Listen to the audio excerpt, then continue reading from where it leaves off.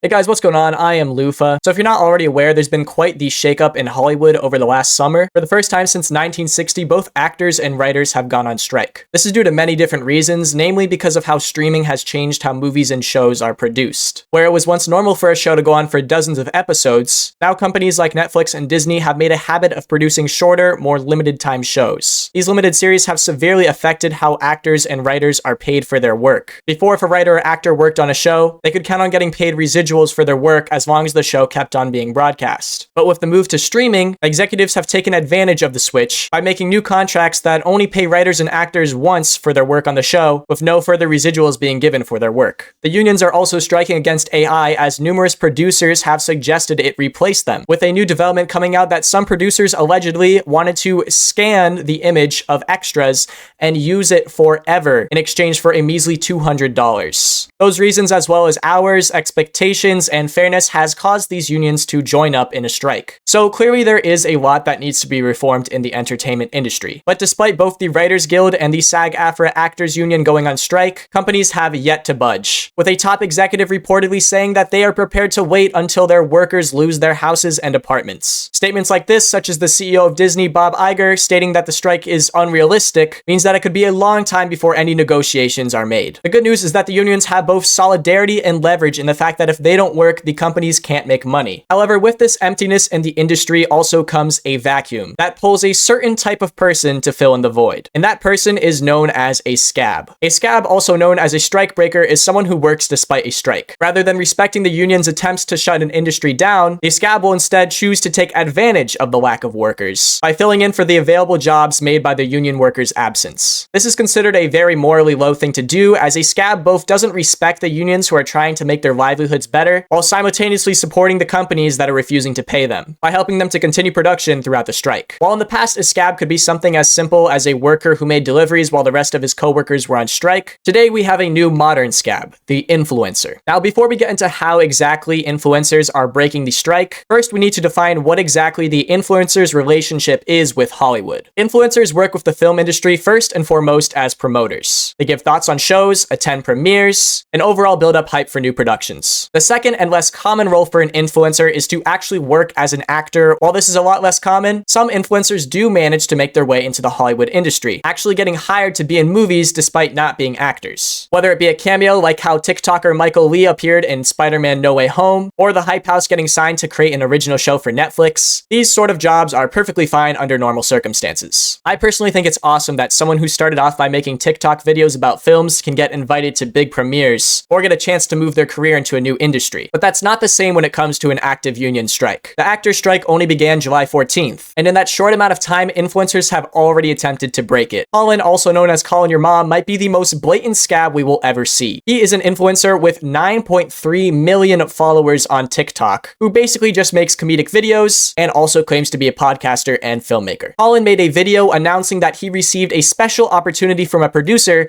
to make his own show in the midst of the strike. I just got a potentially life-changing phone call. I got a message this morning from a guy at a company who said, hey, we would love to develop and fund a TV show starring you. You meaning me. His wife is the CEO, and apparently she loves my stuff. Like, they would literally pass my videos around the conference table and be like, okay, this guy is it. He said I have the it factor. I guess they keep calling me the next John Candy, or his wife was like, I didn't know John Candy and Carol Burnett had a freaking love child. Their platform is going to launch November 1st, so stay tuned. This is so exciting. How I know that they're serious is just with the budget that they quoted me that they're going to use for each episode. The budget per episode is like a lot.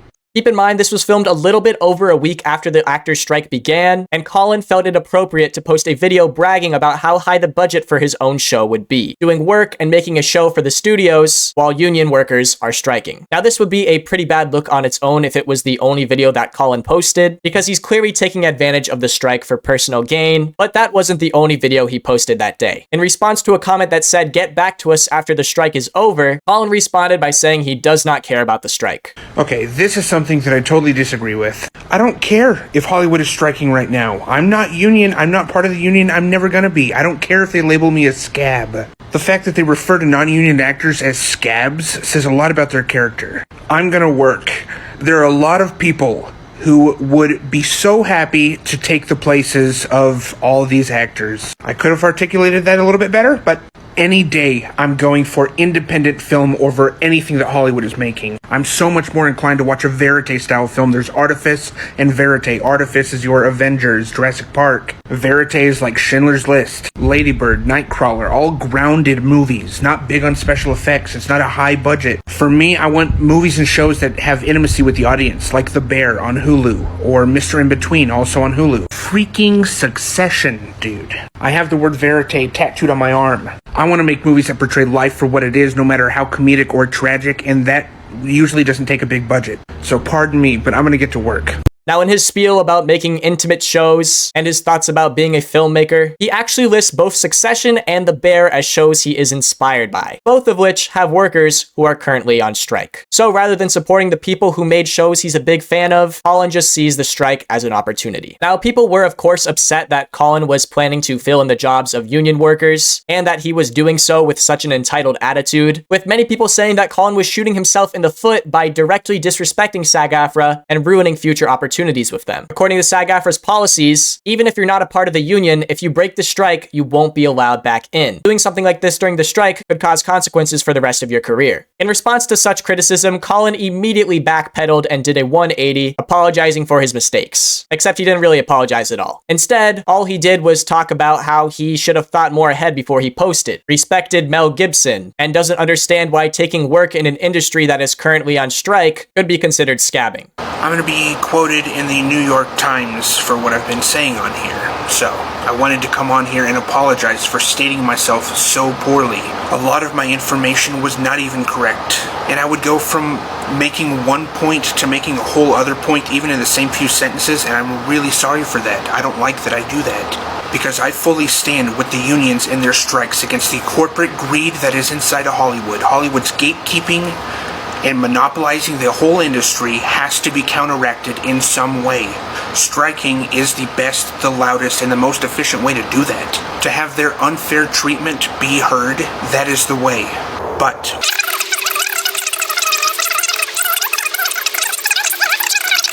the TV show that I hope to develop is non-union.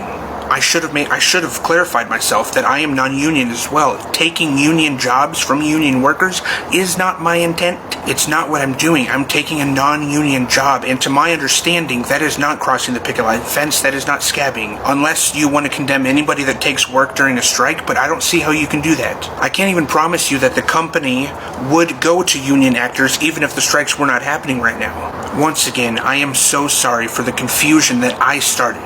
If I don't plan out and think ahead of what I'm going to say, I articulate myself so poorly, and I think that's really unfortunate. New York Times and Rolling Stone are going to quote me now. So I wanted to come on here and state my stance a little bit more clearly because I did such a bad job at that. So anyways, I hope that we understand each other a little bit better.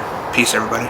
I know we're all probably sick of hearing bad apologies, but this one was seriously awful. Colin took 10% accountability and 90% restating his own unchanged opinion. Now, while I didn't know who Colin was before he made these videos, a near parallel situation happened with a creator I actually do know. One of the biggest TikTok film influencers, Straw Hat Goofy. Now, the reason why I compare Straw Hat Goofy to Colin is because what he did was near identical. Just like Colin, he started off by almost trying to rationalize his actions in advance, making one of those one-sided TikToks where you argue with a hypothetical second person who's just your own self portraying them to be an idiot. It's basically the Chad versus Soy Jack memes in TikTok form. Hey, what up, Straw Hat? Hey, what's up, bro?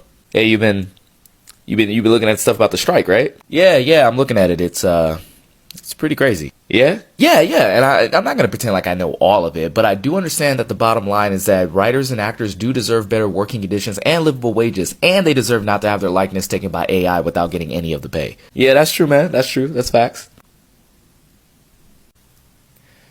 So how does that affect your job?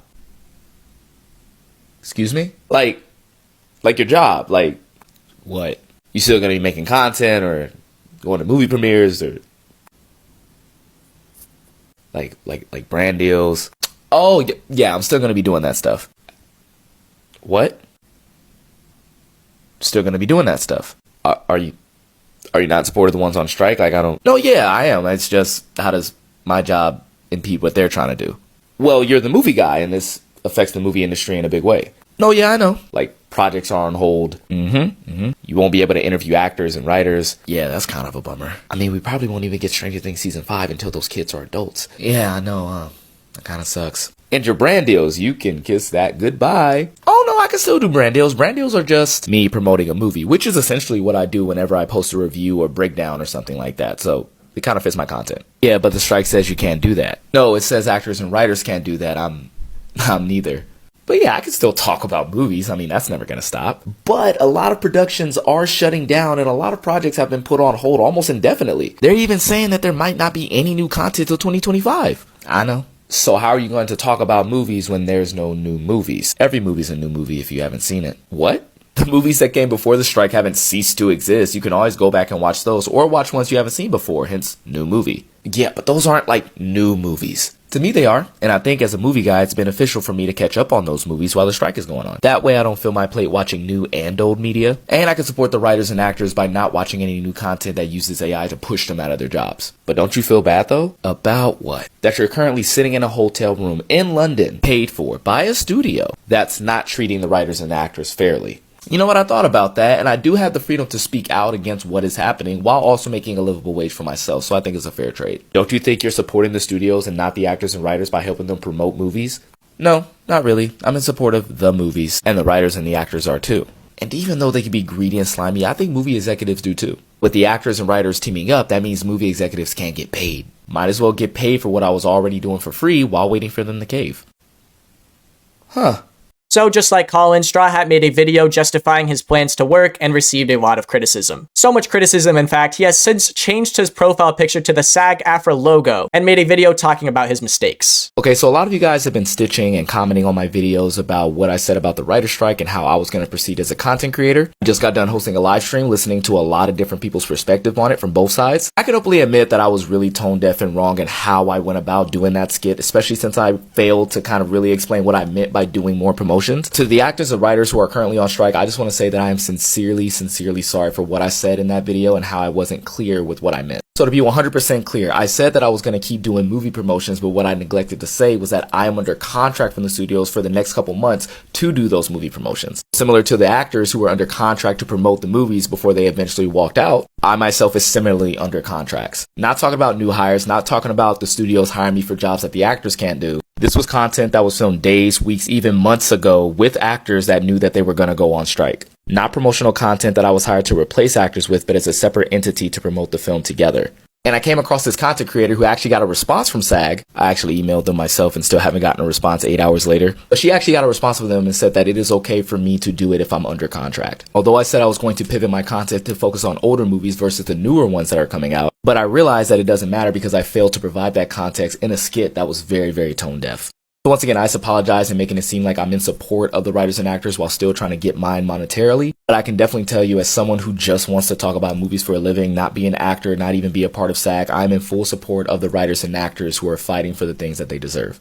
In my opinion, Straw Hat's apology is much better than Colin's, because he actually admits to his wrongs, stating that what he did was tone deaf and lacked context. However, outside of that, little accountability is really taken here, with Straw Hat kind of just pointing out a rule in a different video that says work taken before the strike is allowed to be completed. So basically, his argument is that if you took a job before the union strike began, you could finish it. However, I don't know about you, but I do not think that Straw Hat was talking about past work in this video. It seemed much more like he was talking about future work. He literally mentioned the year 2025, so it really doesn't seem like he was talking about finishing up past contracts. Now, in my opinion, both of these influencers did make mistakes, but I also think that they deserve more than a second chance. In Straw Hat Goofy's defense, before he made that video, there was no clarification about what an influencer could or could not do. The last time we had a strike, influencers didn't really exist. But now that a frequently asked questions has been posted by SAG-AFTRA, Straw Hat Goofy has basically sworn to not do what he said he was going to do before, I think. It was a little bit unclear for me, but overall I like his content, and everyone makes mistakes. No one knows how long these strikes are going to go, but if influencers are already having trouble respecting it, I can definitely see more breaking the strike down the line, as companies get more desperate and start offering higher paychecks. Say what you want about Colin and Straw Hat, but they were both open about what they were going to do. Were their videos tone deaf? Yes, but at least they were open with their audience. But it doesn't take a lot of foresight to predict that a lot of influencers are probably going to be doing the very same thing in secret, getting paid to promote or work on shows in secret for their own personal gain. Influencers have done more for less, so we're just going to have to see what happens. Overall, I really hope that companies come to the table and give the union workers what they deserve. The only thing unrealistic about this is how Bob Iger makes $78,000 a day. If you like this video, I recommend checking out this one I made about AI deepfakes. Otherwise, I hope you have a great day. iAmLufa.